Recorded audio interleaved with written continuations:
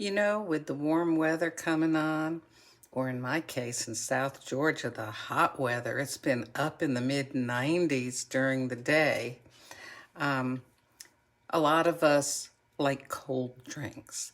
And believe it or not, there are some people that really don't know how to make iced coffee, or they're making it in a way that maybe it might not taste as good as it could.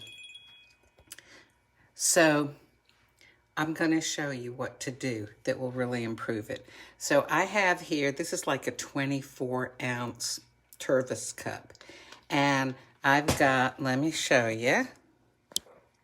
Okay, so I've got a bunch of ice in it and about 8 ounces of milk.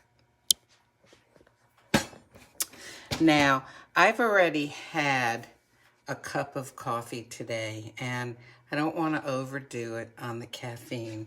So I have got some decaf espresso, actually. Now, a lot of people think that, oh yes, I'll just, put some espresso in here.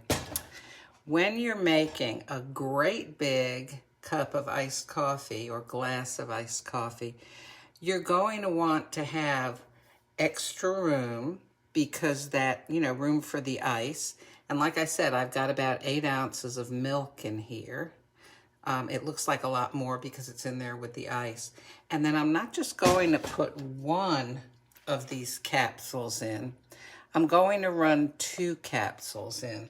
Now this is Nespresso Italiana Firenze Arpeggio, which has chocolate notes to it.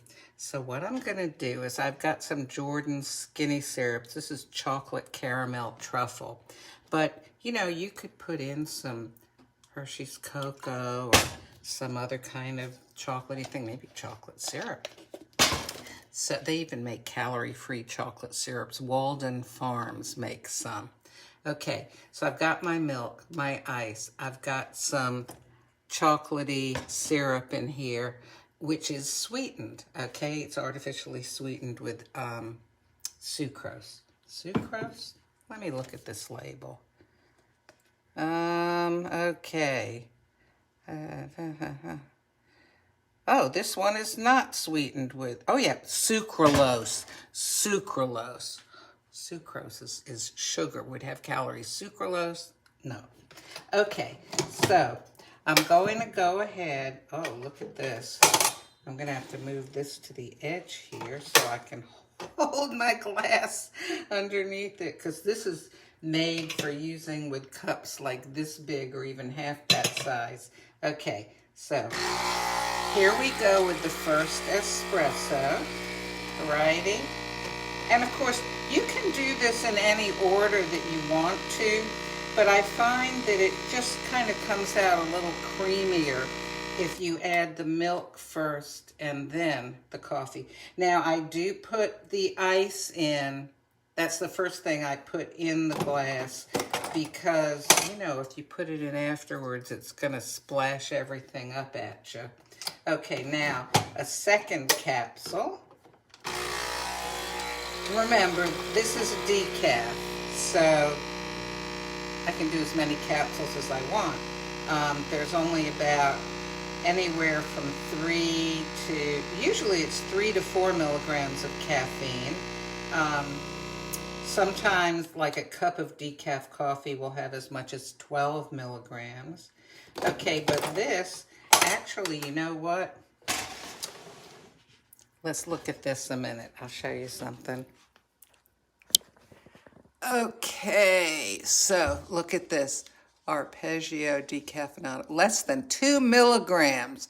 Okay, so I used 2 capsules. So I've got less than 4 milligrams in here. Okay, the one thing about using this cup that I don't like is that you can't really see the coffee in there, but I don't have a 24-ounce cup that's see-through.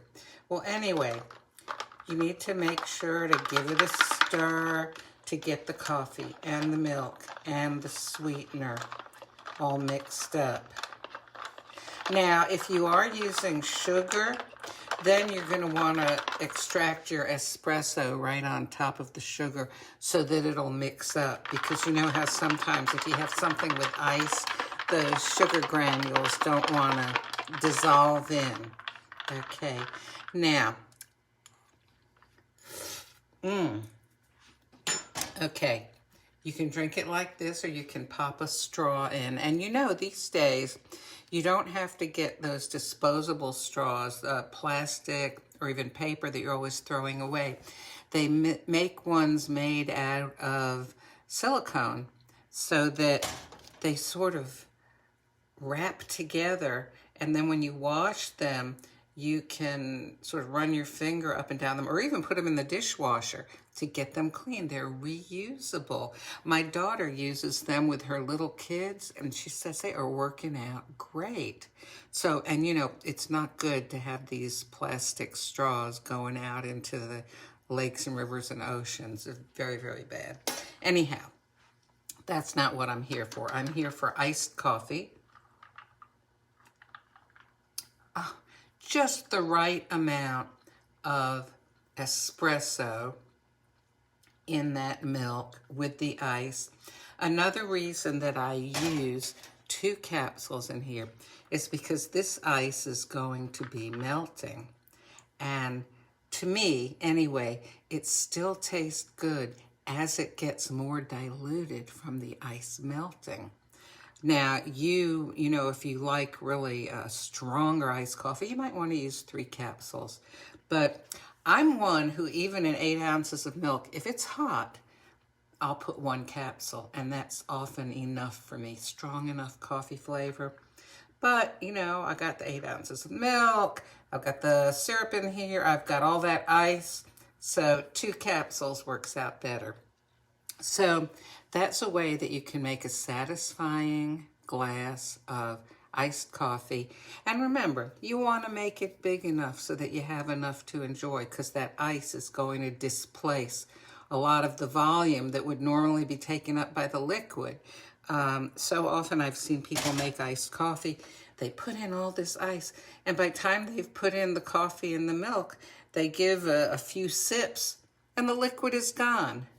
This way you've got a lot to drink. Here, let me just show you a view down inside. Doesn't that look good? Well, it looks good to me. And now, the best part, I'm going to drink it. It's a good way to enjoy hot weather.